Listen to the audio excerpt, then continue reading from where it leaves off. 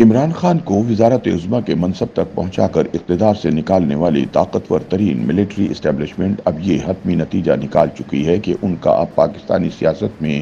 کوئی مستقبل نہیں، کیونکہ وہ اس ڈس آرڈر کا شکار ہو چکے ہیں جس میں ایک سیاستدان اقتدار حاصل کرنے کی خاطر احمق پن کی حد تک خطرناک حرکتیں کرنا شروع کر دیتا ہے۔ اسی ڈس آرڈر کی وجہ سے عمران آج انتہا پسند ایجنڈا اپنائے ہوئے ہیں اور اس گڑھے کو گہرا کرتے چلے جا رہے ہیں جس میں وہ گرے ہوئے ہیں۔ لہٰذا اس ڈس آرڈر کا شکار ہونے والا کسی حکومتی عہدے کا اہل نہیں رہتا۔ معروف رائٹر ندیم فاروق پراچا انگلش اخبار ڈان میں اپنے تازہ تجزیے میں کہتے ہیں کہ ملٹری اسٹیبلشمنٹ اور حکومت نے عمران خان کو ریاستی دستاویزات میں باقاعدہ فتنہ قرار دے دیا ہے۔ ان کے نزدیک عمران ضد، خود پرستی اور ضد کا شکار ایک ایسا شخص ہے جو ڈس آرڈر کا شکار ہو چکا ہے اور اب کوئی حکومتی یا سیاسی عہدہ سنبھالنے کا اہل نہیں ہے۔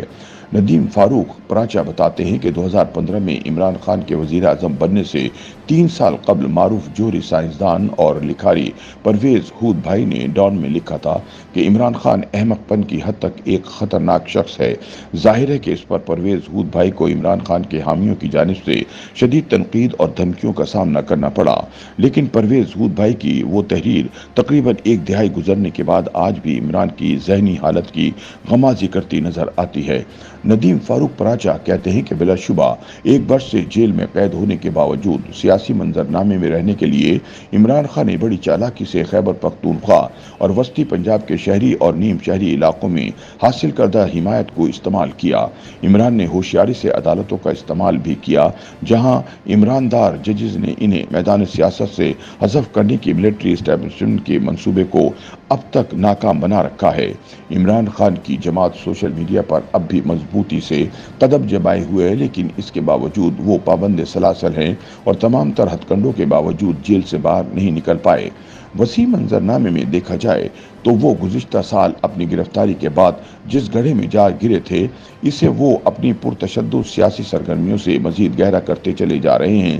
گزشتہ چند سالوں میں عمران خان کے اقدامات دباؤ، پاگل پن اور سیاسی اثر و رسوخ کھونے کے خوف کے گرد گھومتے ہیں۔ ندیم فاروق پراچا کے بقول آج وہ جن مشکلات کا سامنا کر رہے ہیں وہ ان کے اپنے فیصلوں کی وجہ سے ہے، جس نے بظاہر ان کے لیے واپسی کا کوئی راستہ نہیں چھوڑا۔ اقتدار جانے کے بعد سے عمران خان نے جو انتہا پسند پالیسی اپنا رکھی ہے، اس سے سب سے زیادہ نقصان ملکی معیشت کو ہو رہا ہے۔ اسی لیے ملٹری اسٹیبلشمنٹ مصر ہے کہ وہ انہیں سبق سکھا کر رہے گی۔ ندیم فاروق پراچا کہتے ہیں کہ عمران نے بھی فوج کے ساتھ وہی حکمت عملی اپنا رکھی ہے جو کہ پاکستان نے بھارت کے ساتھ اپنائی ہوئی ہے، یعنی دباؤ ڈال کر مذاکرات پر مجبور کرنا۔ عمران کی اپنی سوشل میڈیا بریگیڈ کے ذریعے فوجی اسٹیبلشمنٹ پر رقیق حملے کرنے کی حکمت عملی کا بنیادی مقصد یہ ہے کہ وہ تنگ آ کر ان کے ساتھ مذاکرات کی میز پر بیٹھنے کے لیے آمادہ ہو جائے، لیکن یہ عمران کی خام خیالی ہے۔ وجہ یہ ہے کہ وہ فریب کی دنیا میں رہتے ہیں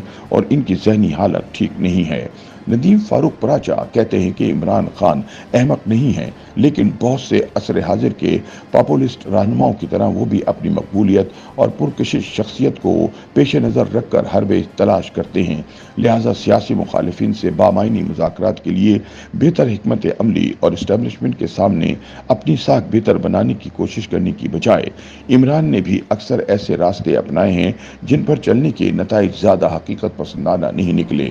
مثال کے طور پر عمران خان کو لگتا تھا کہ ان کی جماعت کی جانب سے فوجی تنصیبات پر حملوں سے آرمی چیف کے خلاف بغاوت پھوٹ پڑے گی اور ان کی حمایتی فوجی جرنیل انہیں جیل سے نکالیں گے، لیکن ایسا کچھ بھی نہیں ہوا۔ ندیم فاروق پراچا کہتے ہیں کہ گزشتہ ہفتے وفاقی دارالحکومت اسلام آباد پر قبضہ کرنے کا منصوبہ بھی اسی طرح کی خام خیالی پر مبنی تھا۔ عمران کا خیال تھا کہ اس طرح شنگھائی تعاون تنظیم کا اجلاس منسوخ ہونے کا امکان پیدا ہوگا، جو حکومت اور فوجی اسٹیبلشمنٹ کو مجبور کرے گا کہ وہ ان سے رابطہ کر کے پیچھے ہٹنے کی درخواست کریں، لیکن علی امین گنڈا پور کے غائب کیے جانے کے بعد یہ منصوبہ بھی فلاپ ہو گیا۔